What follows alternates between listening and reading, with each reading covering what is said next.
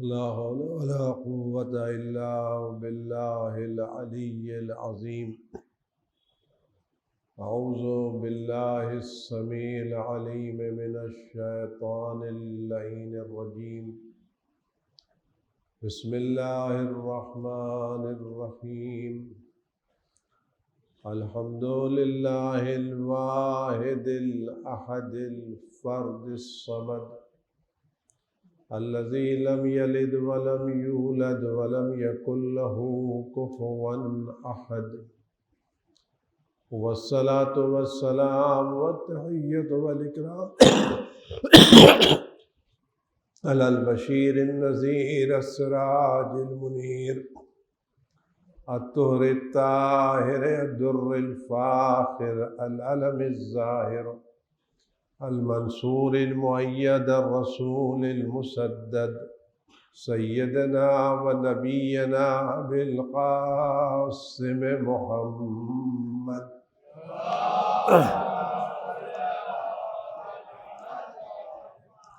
وآله الطيبين الطاهرين المعصومين المظلومين الذين أذهب الله عنهم الرجس وطهرهم تطهيرا.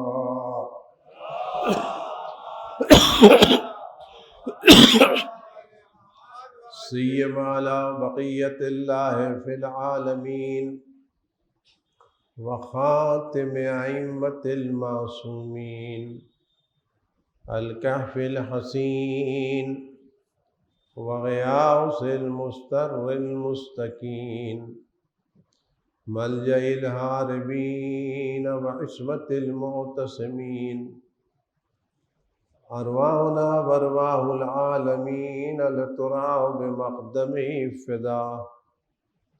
عجل الله تعالى فرجه الشريف واللعنة الدائمة الباقية على أعدائهم وقتلتهم وغاصب حقوقهم أجمعين. أما بعد فقد قال الله الحكيم في كتابه الكريم: أعوذ بالله السميع العليم من الشيطان الرجيم. بسم الله الرحمن الرحيم. لا يحب الله الجهر بالسوء إلا من ظلم. صلوات بجے محمد وآل محمد.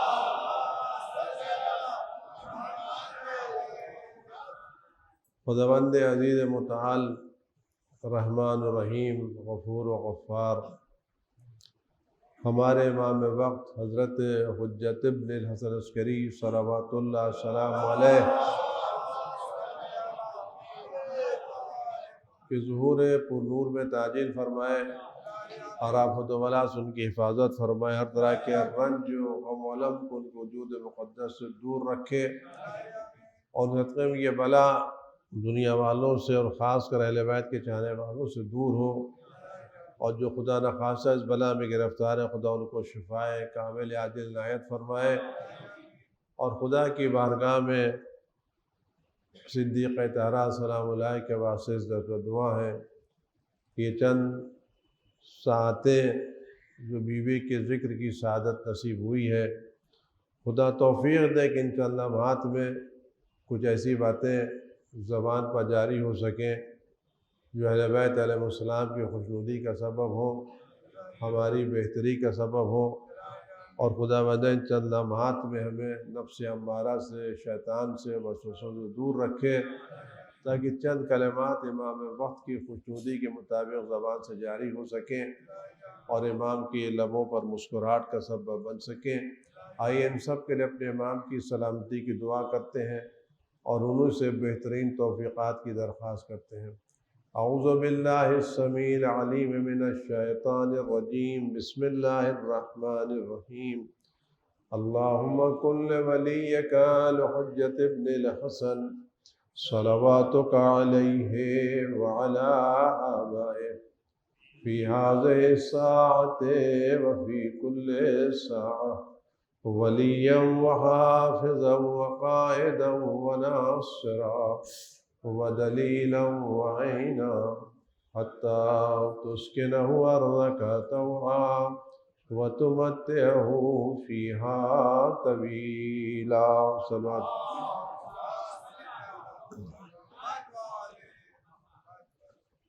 خداوند عالم قرآن کریم کے چھٹے پارے کی پہلی آیت میں ارشاد فرماتا ہے خدا کو یہ پسند نہیں ہے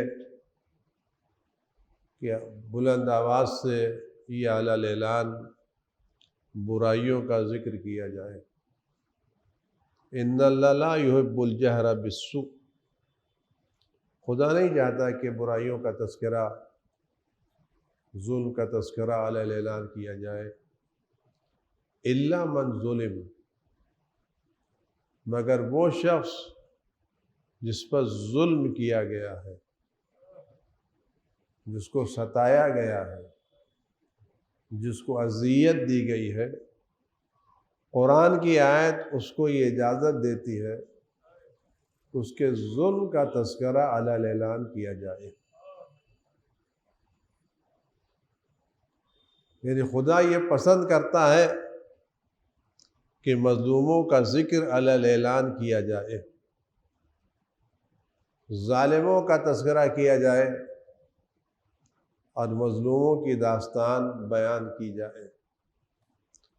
اس سلسلے میں عرض کروں گا بعد میں کہ آج جب یہ صدیق احترا سلام اللہ علیہ کی شہادت کے تعلق سے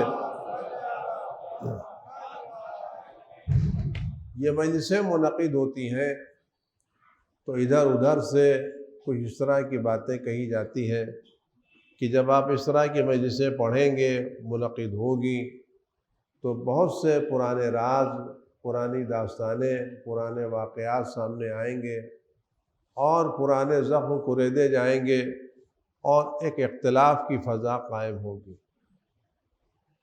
لہذا اس طرح کی چیزوں کو بہت زیادہ نہیں ہونا چاہیے. اب میں ان کی بات مانوں یا قرآن کریم کی بات مانوں؟ کیا قرآن کریم کو بقیہ کا خیال نہیں ہے؟ اللہ تعالیٰ کو بقیہ چیزوں کا احساس نہیں ہے؟ یہ ہمارا احساس اللہ سے زیادہ ہے. ہمارا احساس اللہ زیادہ ہے یا اللہ خود کیا کہتا ہے کہ میں نہیں چاہتا، لیکن الا من ظلم، جس پر ظلم کیا گیا ہے اس کو یہ اجازت دی گئی کہ وہ اپنے ظلم کا اعلیٰ اعلان اظہار کرے. صدیقہ طاہرہ فاطمہ الزہرا صلوات اللہ سلام علیہ کی مظلومیت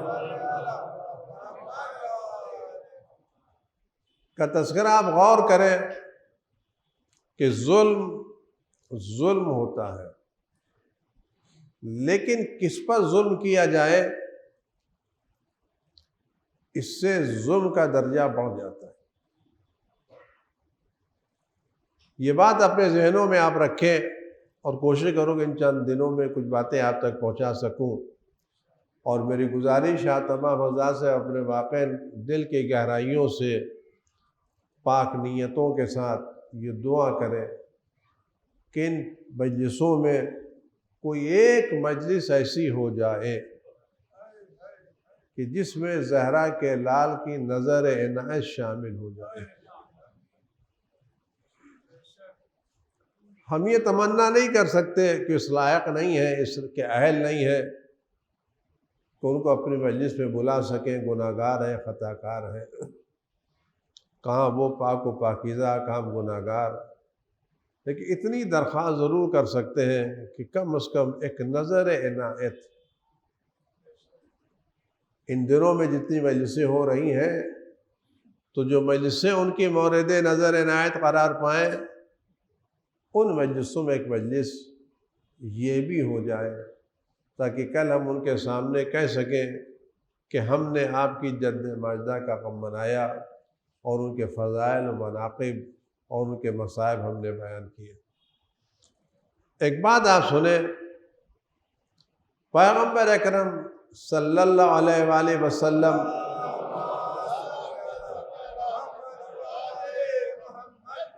کہ زبان مبارک سے جو بھی کلمات نکلتے ہیں وہ حق اور حقیقت پر مبنی ہوتے ہیں۔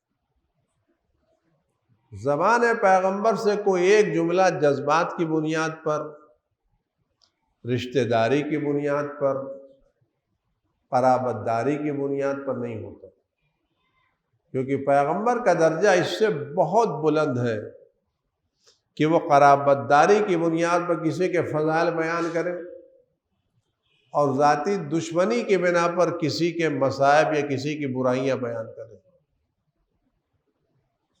کلمات پیغمبر اس سے بہت بلند ہے۔ کیوں؟ اس لیے کہ خدا نے جو پیغمبر کو درجہ دیا ہے، خدا نے پیغمبر کی ضمانت لی ہے، ما ينطق عن الهوى ان هو الا وحی یوحی۔ یہ پیغمبر اپنی خواہش سے کلام بھی نہیں کرتے، جو کچھ ان کی زبان پر جاری ہوتا ہے وہ حق ہوتا ہے، جو کچھ ان کی زبان پر جاری ہوگا وہ اللہ کی وحی ہوگی۔ تو زبان پیغمبر سے جو بھی جملہ نکل جائے وہ حقیقت کا ترجمان ہے، اس میں جذبات شامل نہیں ہیں۔ دوسری بات آپ ایک ذہن میں رکھیں اور اس پر غور کریں تاکہ یہ باتیں آپ کے ذہن عالی تک پہنچ سکیں کہ فضائل کی وہ حدیثیں جو ہمارے کیا نقل ہوئی ہیں، وہ حدیثیں وہ ہیں کہ جو شروع سے لکھی گئیں اور آج تک ان کا سلسلہ سندوں کے ساتھ جاری ہے، لیکن ہمارے برادران اسلام کے نزدیک تقریباً 90 سال تک حدیثوں کے بیان کرنے پر پابندی تھی، لکھنے پر بھی پابندی تھی اور بیان کرنے پر بھی پابندی تھی۔ اگر کوئی چیز لکھی ہو تو 100 سال کے بعد کیا 1000 سال کے بعد بھی وہ ویسی ہی پڑھی جاتی جیسے پہلے لکھی گئی تھی۔ آپ پرانے خطوط نکال دیے، خطوط 500 سال پہلے ان کے ہاتھوں کے لکھے ہوئے ہیں، تو جو جملے انہوں نے کل لکھے تھے وہ آج بھی ویسے ہی محفوظ ہے۔ لیکن اگر بات حافظے کی بنیاد پر ہو تو یہ نہیں کہ ایسا کہا جا سکتا کہ جو بات کہی گئی تھی وہی بات منتقل ہو رہی ہے، یا بات کہی کچھ اور گئی تھی اور کچھ اور منتقل ہو رہی ہے۔ یہ ساری پابندیاں کیوں لگائی گئی تھیں؟ یہ ساری پابندیاں اس لیے لگائی گئی تھیں تاکہ لوگوں تک اہل بیت کے فضائل کی روایتیں نہ پہنچ سکیں۔ اس بات آپ غور سے دیکھیں تاکہ بات آپ تک پہنچ سکے۔ یہ پابندیاں کیوں لگائی گئی تھیں؟ اس لیے لگائی گئی تھیں اگر یہ حدیثیں بیان ہوتی رہیں تو ابھی تو وہ لوگ موجود ہیں جو کہے کہ میں نے خود رسول اللہ صلی اللہ علیہ وسلم کی زبان مبارک سے سنا ہے۔ ابھی کا مسئلہ کیا ہے کہ ہم نے ان سے سنا، انہوں نے ان سے سنا، انہوں نے ان سے سنا، انہوں نے ان سے سنا، لیکن کل کا مسئلہ یہ تھا کہ میں نے خود رسول اللہ صلی اللہ علیہ وسلم سے سنا ہے۔ تو یہ بات اس راوی کے لیے حجت تھی یا نہیں تھی؟ کیونکہ کہتے ہیں میں نے خود سنا ہے، میں بیان کر رہا ہوں۔ تو اگر اس طرح کی حدیثیں بیان ہوتی رہتی تو عام انسان یہ سوچنے پر مجبور ہو جاتا کہ جن کی شان میں حدیثیں ہیں وہ کہاں ہیں، اور جو سامنے ہیں ان کی شان میں حدیثیں کیا ہیں۔ رسول اللہ نے جن کے فضائل بیان کیے ہیں وہ لوگ کہاں ہیں، اور جو سامنے ہیں ان کی خصوصیتیں کیا ہیں؟ کیونکہ ان کی خصوصیتیں تو بیان کرنے کے وقت لگے نا بھائی۔ تو اس بنا پر حدیثوں پر پابندی لگا دی گئی، لیکن ہمارے اللہ کے رسول نے اور ایسا انتظام کیا کہ پابندیوں کے باوجود اہل بیت کے فضائل کی روایتیں ان کی کتابوں میں موجود ہیں، اور یہ اہل بیت کا معجزہ ہے۔ یعنی وہ کتابیں جن کے مصنفین نے امام صادق امام باقر علیہ السلام سے روایت لکھنے میں کوتاہیوں سے کام لیا۔ امام کی موجودگی میں روایتیں لکھی جا رہی ہیں، لیکن امام صادق سے روایتیں نہیں لی جا رہی ہیں، دوسروں سے روایتیں لی جا رہی ہیں۔ اس ماحول میں اگر اہل بیت کی فضائل کی روایتیں مل جائیں تو آپ یقین جانیے کسی معجزے سے کم نہیں ہے۔ اور یہ رسول اللہ کا انتظام ہے کہ پابندی لگانا تمہارا کام ہے، فضائل کو بچا کے رکھنا میرا کام ہے۔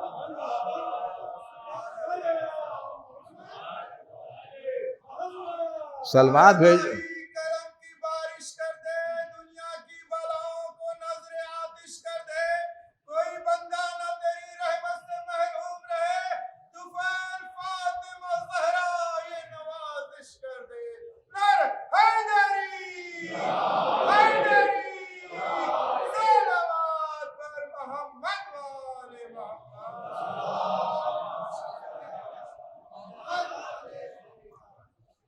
تو پابندی لگانا تمہارا کام ہے اور فضائل کو بچا کے رکھنا ہمارا کام ہے۔ تم اپنی کوشش کر لو، ہم اپنی کوشش کر لیتے ہیں، اور یہ سنت خدا شروع سے رہی ہے۔ خدا فرعون سے کہتا ہے تمہاری کوشش ہے موسیٰ دنیا میں نہ آنے پائیں، اور ہمارا ارادہ ہے کہ ہم موسیٰ کو تمہارے گھر میں پروان چڑھائیں گے۔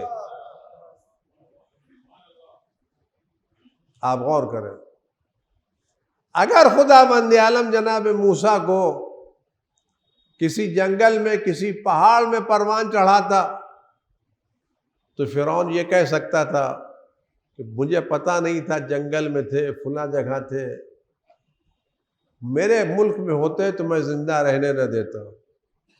خدا کہے گا فرعون میں تمہارے گھر میں موسیٰ کو پروان چڑھاؤں گا۔ تو جو خدا فرعون کی ساری کوششوں کے باوجود فرعون کے گھر میں موسیٰ کو پروان چڑھاتا ہے، وہی خدا کوششوں کے باوجود ان کی کتابوں میں اہل بیت کی روایتیں بھی درج کراتا ہے۔ صلوات بھیجے پر محمد و آلہ۔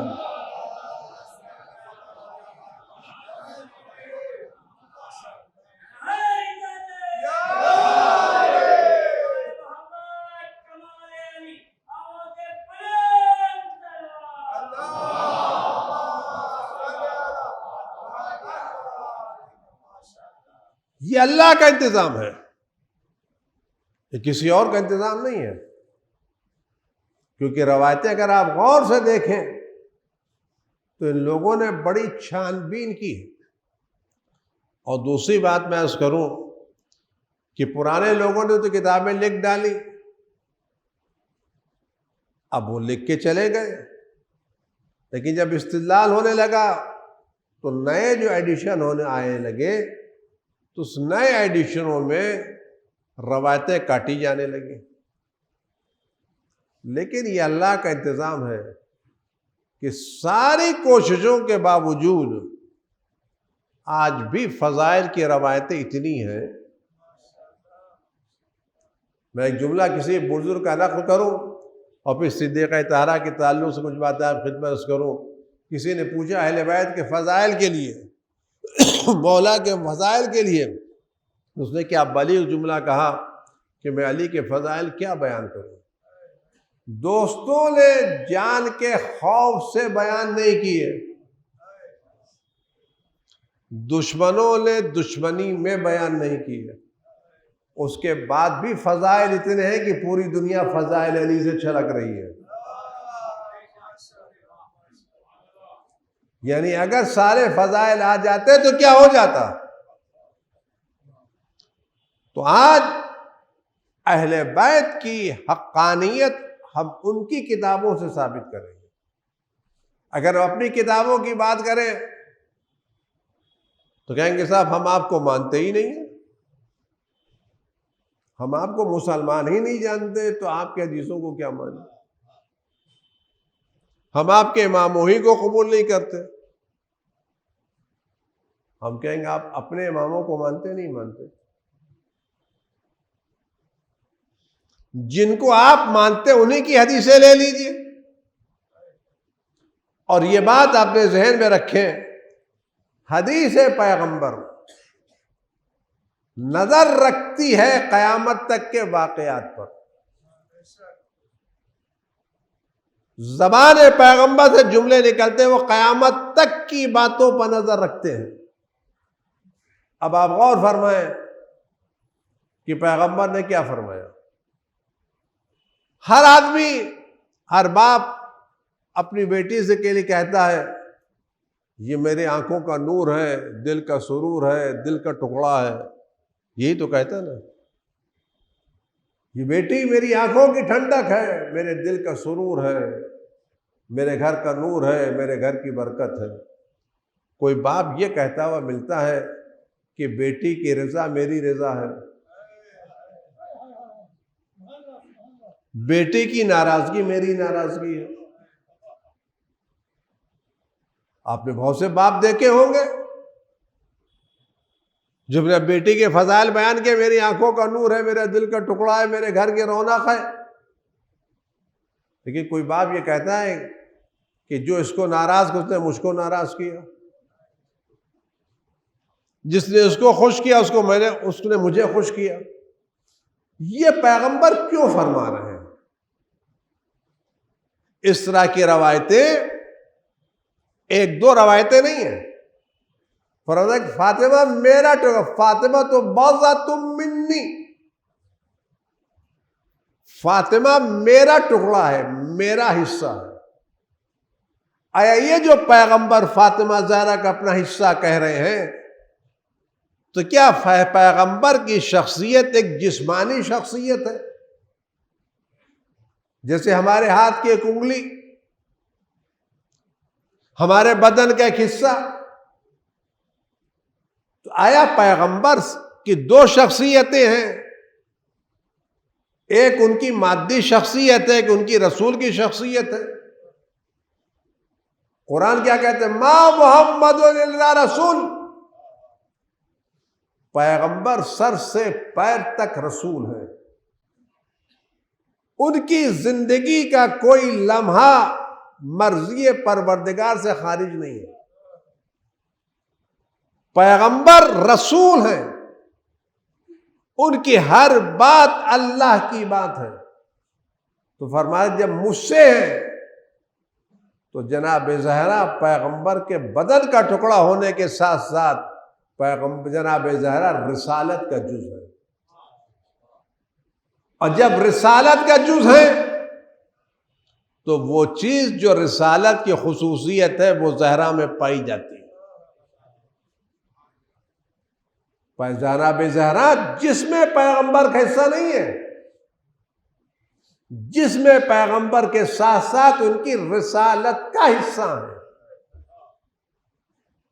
ان کی عظمتوں کا حصہ ہے، ان کی منزلتوں کا حصہ ہے، ان کی خصوصیتوں کا حصہ ہے.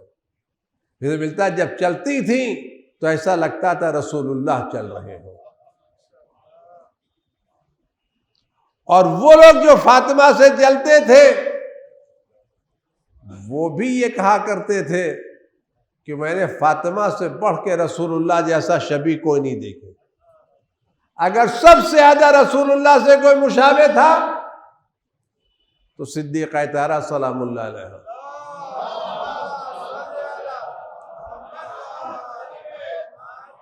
اس جملے کو تھوڑا سا آپ غور کریں کہ فاطمہ میرا ٹکڑا ہے، جس نے اس کو اذیت دی اس نے مجھے اجازت دی. کبھی فرماتے فاطمہ میرے بدن کا وہ حصہ ہے جیسے درخت میں شاخیں ہوتی ہیں، جس نے اس کو اذیت پہنچائی اس نے مجھے اذیت پہنچائی. یہ جملے پیغمبر کیوں فرما رہے تھے کہ جس نے اس کو ناراض اس نے مجھے ناراض ہوتے خوش کیا اس نے مجھے نہ خوش کیا, اور جس نے ان کو اذیت پہنچائی اس نے مجھے اذیت پہنچائی, جس نے ان کو ناراض کیا اس نے مجھے ناراض کیا. یہ جو پیغمبر بار بار یہ جملے دہرا رہے ہیں, اس جملے کے دہرانے کے پیچھے مقصد کیا ہے؟ گویا نگاہ پیغمبر دیکھ رہی ہیں. اب میں آپ غور کریں, جو میں بات آپ تک پہنچانا چاہے پہنچانے میں کامیاب ہو جاؤں. یہ خوشی اور ناراضگی سب میں پائی جاتی ہے. ایک جانور میں بھی خوشی اور ناراضگی پائی جاتی ہے. کچھ چیزیں جس کو پسند ہوتی ہے قبول کرتا ہے, اور جو چیز کو ناپسند ہوتی ہے اس کو اپنے سے دور کر دیتا ہے.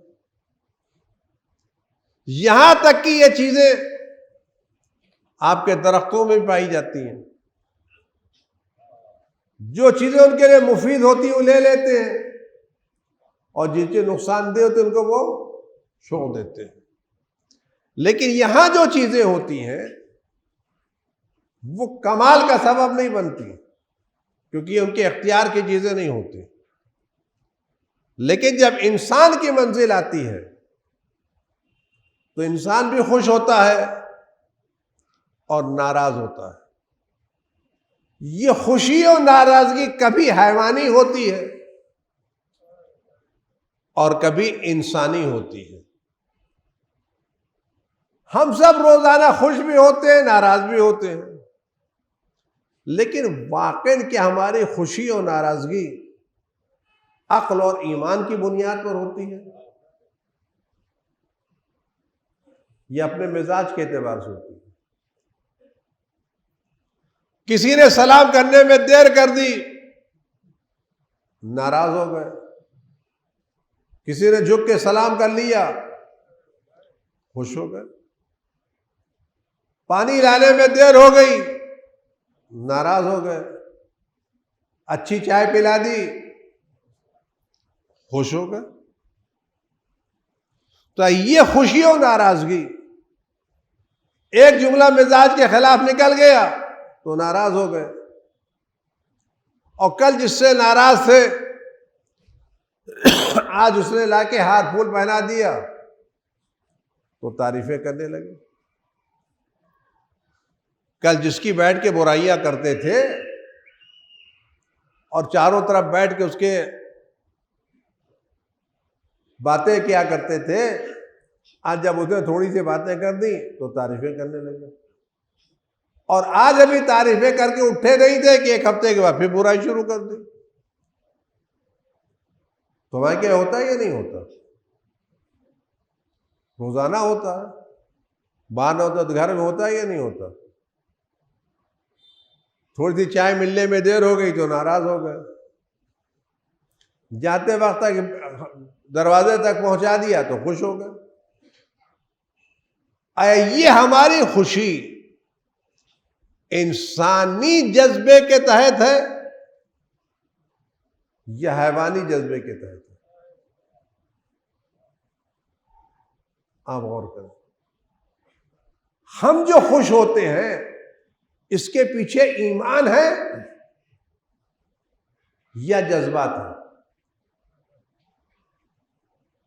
ہماری خوشی جذبات کے تابع ہے یا ایمان اور عقل کے تابع ہے؟ اگر جذبات کے تابع ہے اور اکثر جذبات کے تابع ہے تو ہماری یہ خوشی ابھی حیوانی منزل سے انسانی منزل تک نہیں آئی. ہم دیکھنے میں انسان تو ضرور لگتے ہیں. تشریف لے صلوات محمد و آل محمد پر. ہم دیکھنے میں انسان تو ضرور لگتے ہیں, لیکن ہماری زبان, ہمارا لہجہ, ہمارا مزاج, ہماری خوشی, ہماری ناراضگی, یہ سب ان عقل کے تابع نہیں ہے.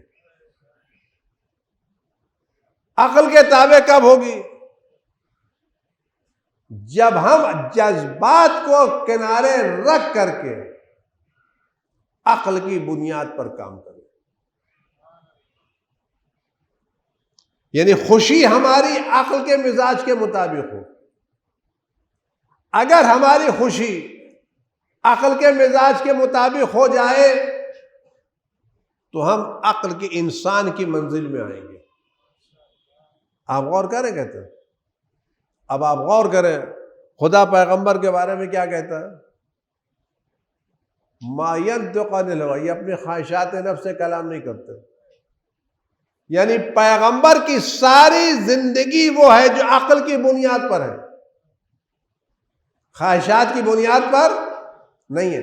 یعنی پیغمبر کی زندگی میں ایک لمحہ بھی جذبات نہیں ہے.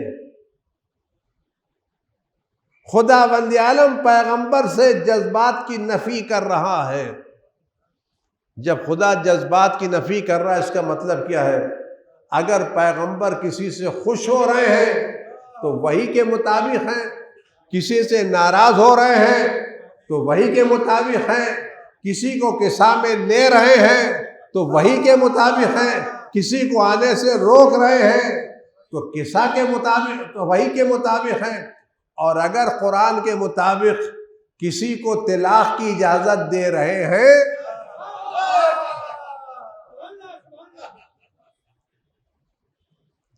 تو یہ بھی وحی کے مطابق ہے. پیغمبر کی ساری زندگی کس کے مطابق ہے؟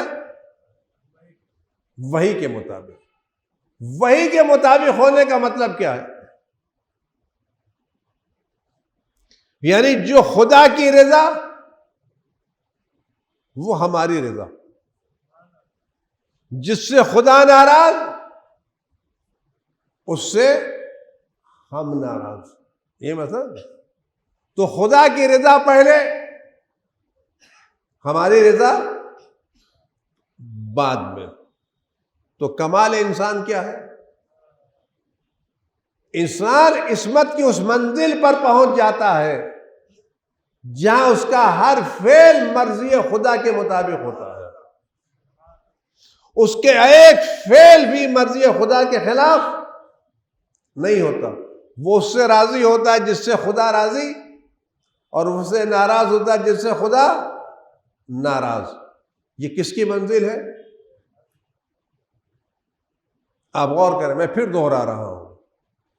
جس سے خدا، جس باتوں سے خدا راضی ہو اس سے ہم راضی رہیں، اور جن باتوں سے خدا ناراض ہو ان باتوں سے ہم ناراض ہیں. خدا پیغمبر اپنے نفس سے کلام نہیں کرتے، تو پیغمبر کا درجہ کیا ہے کہ خدا کی رضا پر خوش، خدا کی ناراضگی پر ناراض. یہ عصمت کی منزل ہے. لیکن پیغمبر کی روایت زہرا کے بارے میں کچھ اور ہے. ایک صلوات بھیجے محمد و آل محمد پر.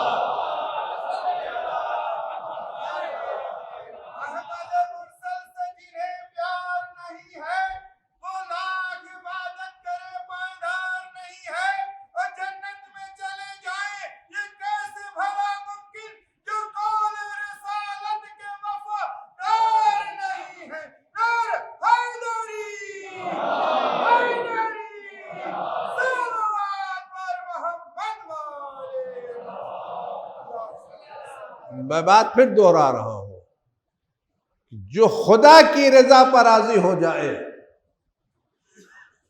یعنی زبان سے ایک جملہ ایسا نہ نکلے جو مرضی خدا کے خلاف ہو. خدا تکلیف میں رکھے تو خوش، خدا راحت میں رکھے تو خوش، خدا بیمار کرے تو خوش، خدا صحت دے تو خوش، خدا فقیر کرے تو خوش، خدا امیر کرے تو خوش. یہ بہت بڑا درجہ ہے. لیکن جناب زہرا کا درجہ کچھ اور ہے. جناب زہرا پیغمبر کے، اب تک میں نے کہا کہ کمال کیا ہے کہ خدا کی رضا پر راضی رہنا اور خدا کی ناخوشی پر خوش ہونا یہ انبیاء کا کام ہے. لیکن جناب زہرا کے بارے میں پیغمبر فرماتے ہیں، اے زہرا تم وہ ہو، خدا تمہاری رضا سے خوش ہوتا ہے اور خدا تمہارے ناراض ہونے سے ناراض ہوتا ہے. یعنی انبیاء کا کام ہے خدا کی مرضی کے مطابق چلنا، اور زہرا اس منزل پر فائز ہے کہ زہرا کی مرضی دیکھ کر کے پتا چلتا ہے کہ خدا راضی ہے یا راضی نہیں ہے. اب ایک جملہ عرض کروں کہ جب خدا زہرا کی رضا پر خدا راضی ہوتا ہے تو جن لوگوں سے زہرا راضی نہیں ہے تم ان کے نام کے سامنے کتنا ہی رضے اللہ لگاتے چلے جاؤ،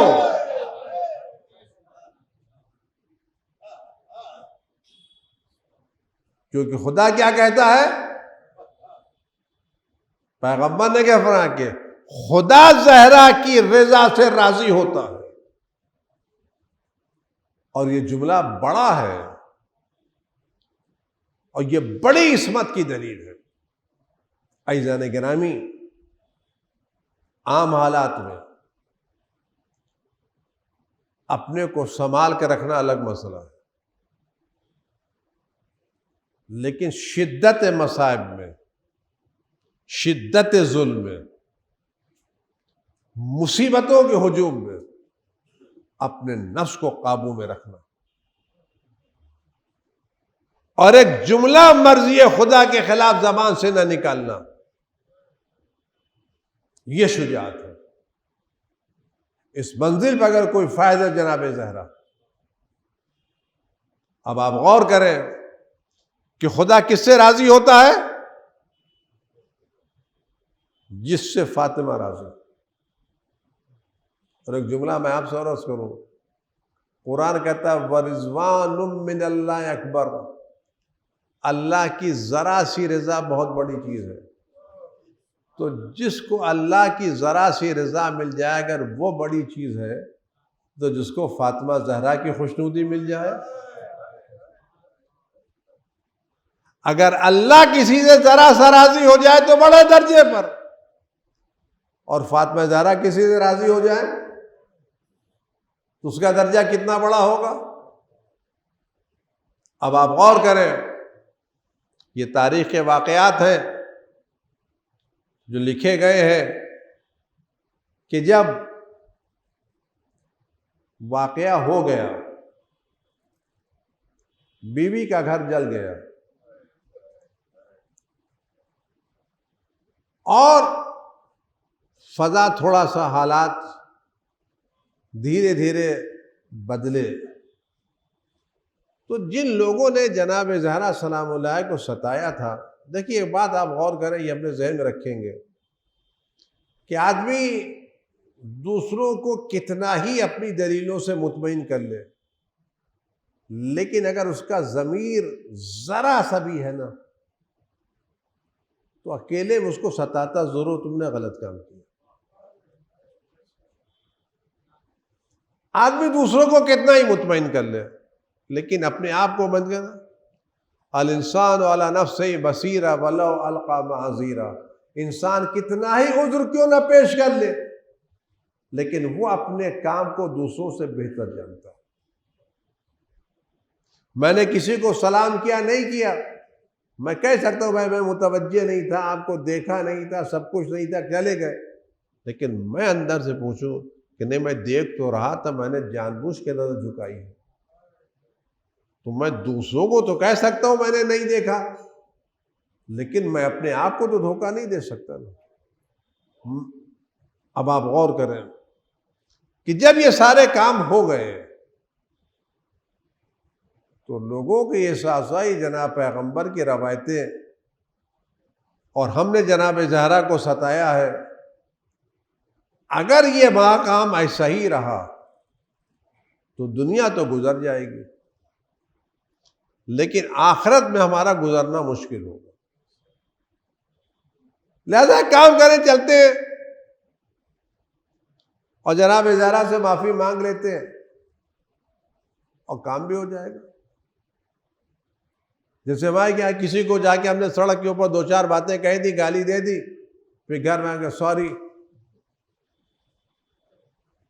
کہ بھائی سوری تو بول دیا ہو تو گیا ساری. وہ کہتا میں نے اپنا کام بھی کر لیا, ساری بھی بول دیا, گالی بھی دے دی, اور کہ اب کیا کریں, میں نے تو ساری بول دیا, دیکھ لیجیے سارا کام ہو گیا, کیا کہتے ہیں. تو وہ بھی ہو گیا اور یہ کام اپنا بھی کام طے کر لیا. جناب زہرا کی نظریں نبوت اور رسالت کی نظریں ہیں. یہ نگاہ خدا سے قیامت تک کے منظر کو دیکھتی ہیں. وہ دیکھ رہی ہیں کہ اس واقعے کے پیچھے نیت کیا شامل ہے. لوگ کہیں کہ ہاں معاف کر دیا جناب زہرا نے, معاف کر, ختم ہو گیا مسئلہ. تو اگر ہم معاف کر دیں گے تو یہ سارے ظلم پر صبح قیامت تک پردہ پڑ جائے گا. اور مسئلہ ہمارے ظلم کا نہیں ہوگا, مسئلہ بات یہاں تک پہنچے گی کہ جو امامت کا حق چھینا گیا وہ صحیح تھا. جناب زہرا نے اگر معاف کر دیا تو کس چیز کو معاف کیا؟ صرف گھر جلانے کو معاف نہیں کیا, بلکہ جتنا کام تھا سب معاف کر دیا ہوگا. سب معاف کر دیا, اس کا مطلب کیا ہے؟ یہ جو ہم خلافت کو چھین کے لے کے گئے یہ بھی جناب زہرا نے معاف کر دیا. تو ہم کو کیا مل گئی؟ کلین چٹ مل گئی. جناب زہرا نیتوں کے پیچھے سے واقف ہے. لوگوں نے بہت کوشش کی کہ جناب زہرا سے ملاقات کر لے. جناب زہرا نے ملاقات کا وقت نہیں دیا. علی علیہ السلام کے پاس آئے کہ یا علی, ہم سے غلطیاں ہوئی ہیں, ہم نے ستایا ہے, ہم جناب زہرا کی خدمت حاضر ہونا چاہتے ہیں, ہم نے کئی مرتبہ ان سے وقت لیا, وہ وقت دیتی نہیں ہے, آپ ہماری سفارش کر دیجئے اور آپ ہمارے لیے وقت لے لیجئے. ہم نے جو کچھ کیا ہے وہ غلط کیا اور ہم معافی مانگنا چاہتے ہیں. اب آپ غور کریں, جو امامت کا موضوع, یہ آپ یقین رکھیں جناب زہرا بھی معصومہ ہے اور علیہ السلام بھی معصوم ہے, ان میں کوئی بات غلط نہیں ہو سکتی. ایک جملہ بھی مزاج خدا کے خلاف نہیں ہو سکتا.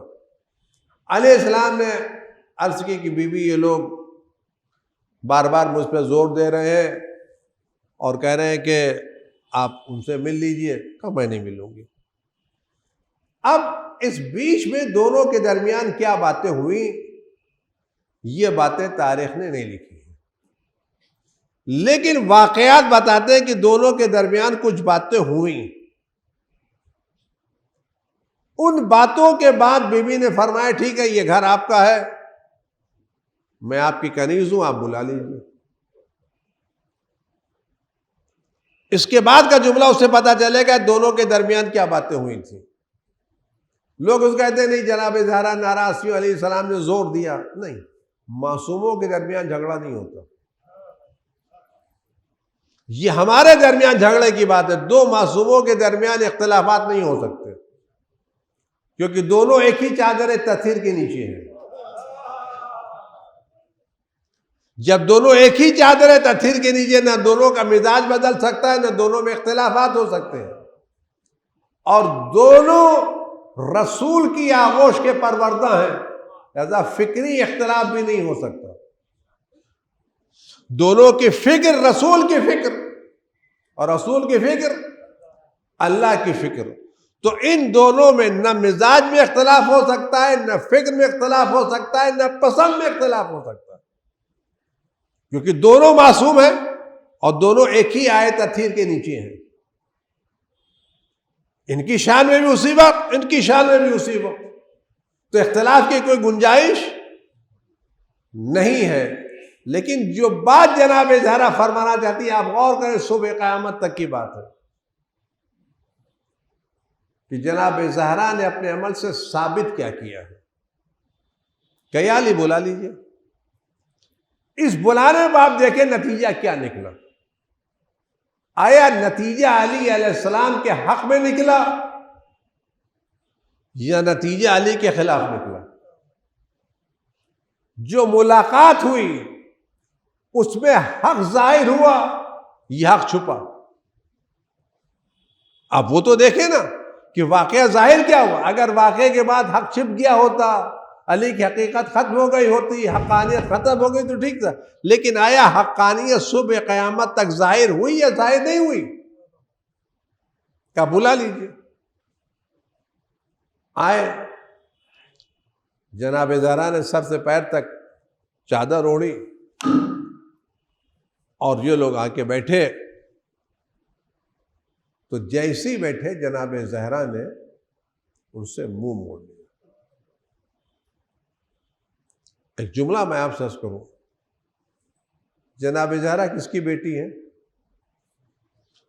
اس پیغمبر کی بیٹی ہے جس کے بارے میں خدا کہتا ہے انک لعلی خلق عظیم. پیغمبر آپ اخلاق عظیم پر فائز ہیں، یعنی پیغمبر کا درجہ اخلاق سے اونچا ہے. یعنی جناب زہرا کا کوئی کام بد اخلاقی نہیں ہے. اور یہ جملہ پھر یاد رکھیں آپ کہ زہرا کی رضا سے خدا راضی ہوتا اور جناب زہرا کی ناراضگی خدا ناراض ہوتا ہے. اب جب یہ لوگ آگے بیٹھے تو جناب زہرا نے منہ موڑ لیا. یہ جناب زہرا منہ موڑ رہی تھی یا رسول اللہ منہ موڑ رہے تھے؟ جب جناب زہرا کی رضا خدا کی رضا ہے تو جناب زہرا منہ موڑ رہی تھی یا رسول اللہ منہ موڑ رہے تھے؟ اور جب خدا کی رضا خدا کی رضا ہے تو زہرا منہ موڑ رہی تھی یا خدا رحمتوں سے دور کر رہا تھا؟ اب بات کو آگے تو بڑھائیے. یعنی اس کا مطلب کیا ہے کہ اخلاق ہر جگہ اچھا ہے، لیکن زہرا کے دشمنوں کے ساتھ اخلاق اچھا نہیں ہے. سب کے ساتھ اچھے سے پیش آؤ، لیکن دشمنان زہرا کے ساتھ منہ موڑ کے پیش آنا ہی اخلاق زہرا ہے. یہاں کسی نرم گوشے کی گنجائش نہیں ہے، نرم گوشے کی گنجائش نہیں ہے. آئے بیٹھے جناب زہرا نے منہ موڑ لیا. صرف منہ نہیں موڑا، سلام کا جواب بھی نہیں دیا. جبکہ پیغمبر یہ فرماتے ہیں میں بچوں کو اس لیے سلام کرتا ہوں تاکہ میرے بعد سلام کی سنت ہو جائے. اور ایک جملہ، سلام اسی کا جواب سلام واجب ہے جس کو سلام سننے والا مسلمان سمجھتا ہو.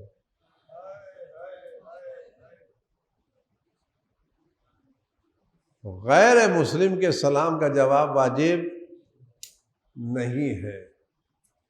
اب میں آگے نہیں بڑھنا چاہتا، باقی آپ خود باتوں کو سمجھ لیجئے گا کہ جناب زہرا نے منہ موڑ لیا، پھر ادھر سے اٹھ کے ادھر آئے، پھر سلام کیا، پھر جناب زہرا نے منہ موڑ لیا. یعنی پہلا تو کام ہو سکتا تھا چلو بھائی آپ کہتا وہ معاذ اللہ معاذ اللہ معاذ اللہ معاذ اللہ، وہ چادر ٹھیک نہیں تھی تو منہ موڑ لیا، پردہ نہیں تھا تو منہ موڑ لیا. اب دوسری مرتبہ جو منہ موڑ رہے ہیں اس کا مطلب یہ منہ جان بوجھ کر کے موڑا جا رہا. یعنی زہرا منہ دیکھنا نہیں چاہتی، ادھر منہ موڑ لیا. اب پھر ادھر آئے، زہرا نے ادھر منہ موڑ لیا.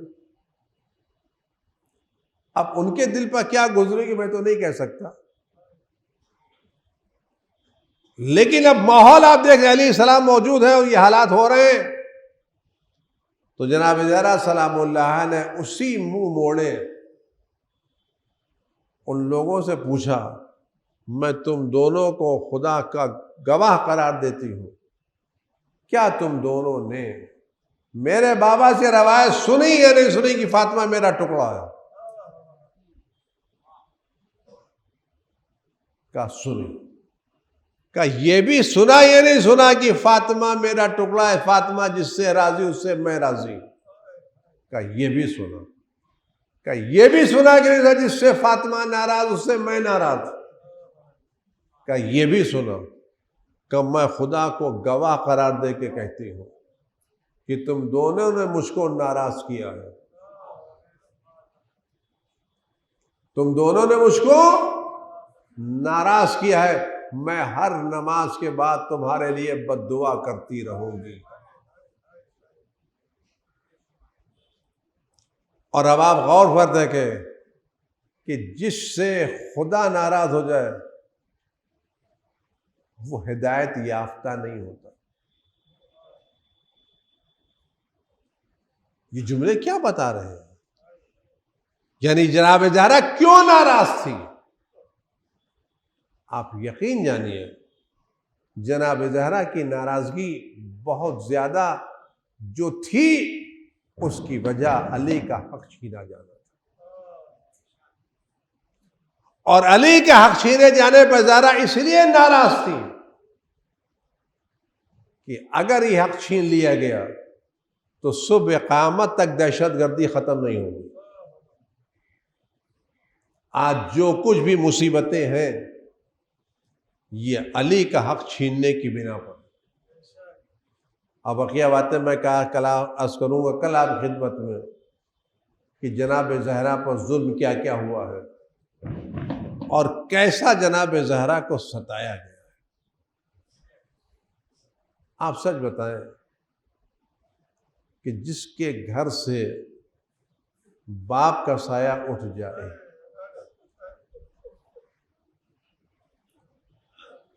چاہنے والا باپ جس کے سر سے اٹھ جائے، محلے والوں کی ذمہ داری کیا ہوتی ہے؟ بیٹی کو کلیجے سے لگانا، گھر آ کر کے تعزیت پیش کرنا، تسلی کے جملے کہنا، کوئی ایسی بات زبان پر نہ لانا جس سے دل دکھ جائے۔ ہمارے کیا کہ دستور ہے اگر ایسا کوئی واقعہ ہو جائے تو ہم پرانے اختلافات دور کر کے اور ان دونوں کو ایسی بات نہیں کہتے جو صاحب عزا کے دل کی تکلیف کا سبب ہو۔ لوگ کہتے بھائی یہ موقع نہیں ہے، یہ وقت نہیں ہے، لیکن عزیزو لوگوں نے یہ بھی خیال نہیں کیا، ابھی تو رسول کا کفن بھی میلا نہیں ہونے پایا تھا کہ لوگ زہرا کے دروازے پر آگ لے کے آ گئے۔ میں جملہ آپ سے عرض کروں، یہ گھر عزیز و دوست افسوس کس بات کا ہوتا ہے کہ جس مسجد میں روزانہ اور مسلسل لوگوں نے رسول اللہ کی زبانی زہرا کے فضائل سنے ہو، اور جس دروازے سے مسلسل لوگوں کی حاجتیں پوری ہوئی ہو، اور جو دروازہ مسجد میں کھلتا تھا تو مسجد میں بہت سے لوگ رہتے تھے نہیں تھے؟ کسی آدمی کو اکیلے جنگل میں پکڑ کے لوگ مار لے کا الگ مسئلہ ہے، لیکن جہاں چار چاہنے والے کھڑے ہوں اور لوگ اس کو ستا رہے ہوں اور کوئی روکنے والا نہ ہو تو کتنی تکلیف ہوتی۔ عزادارو اگر یہ گھر جنگل میں ہوتا تو تکلیف کم ہوتی، لیکن جناب زہرا کا دروازہ مسجد میں کھلتا تھا اور لوگ مسجد میں رہتے تھے، آتے جاتے تھے۔ کیا ہو گیا تو لوگوں کو کہ دروازے میں آگ لگائی جا رہی تھی، کوئی روکنے والا نہیں تھا، جناب زہرا فریاد کر رہی تھی، کوئی روکنے والا نہیں تھا۔ ارے یہ لکڑیاں کہاں سے لے کے جا رہے ہو؟ کس کو جلانے کے لیے جا رہے ہو؟ کس کا گھر جلا رہے ہو؟ زہرا کا گھر جلا رہے ہو، زہرا کا دروازہ جلا رہے ہو۔ عزادار ایک جملہ بیچ کر کے بات تمام کرو۔ آج کچھ لوگ کہتے ہیں کہ زہرا کے گھر میں دروازہ نہیں تھا، میں کہتا نہیں تھا، پردہ تھا، کچھ تھا۔ کس کا پردہ تھا؟ کس کا ڈر تھا؟ زہرا کا دروازہ تھا یا نہیں تھا؟ عزیزو دوستو، میں آپ سے کیا عرض کروں کہ جناب زہرا فریاد کر رہی ہے اور لوگوں کے دل پر کیا گزرتی میں نہیں کہہ سکتا۔ جناب زہرا دروازے کے پیچھے کھڑی ہوئی ہے اور لوگ کہتے ہیں ہم اس گھر کو جلا دیں گے۔ جناب زہرا کہتے ہیں کہ تم اس گھر کو جلاؤ گے جس میں حسن و حسین رہتے ہیں؟ آوازیں مسکرا، چھوٹے چھوٹے بچے۔ میں ایک جملہ عرض کر کے بات تمام کو امام وقت تک آپ کی آواز پہنچ جائے۔ عزادارہ اس وقت کو محسوس کریں جب دروازے پر ہجوم کھڑا تھا، علی مظلومانہ گھر میں بیٹھے ہوئے تھے اور چھوٹے چھوٹے بچے گھر میں سہمے میں بیٹھے تھے۔ دو بیٹیاں تھیں، دو بچے تھے۔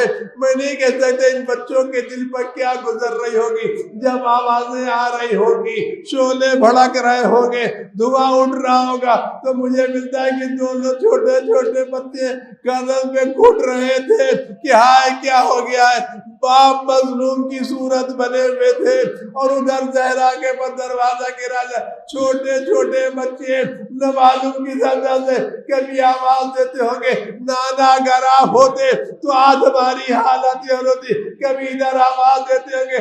لیکن میں اتنا کہوں گا یہ مدینہ تھا، یہ چھوٹے چھوٹے بچے گھر میں رہے، وہ کربلا کا میدان تھا جہاں بچوں کو خیمے سے نکالا جا رہا تھا، کوئی تماچے مار رہا تھا، کوئی نیزے لگا رہا تھا، بچے فریاد کر رہے تھے، کبھی بابا کو پکارتے تھے، کبھی چچا کو پکارتے تھے۔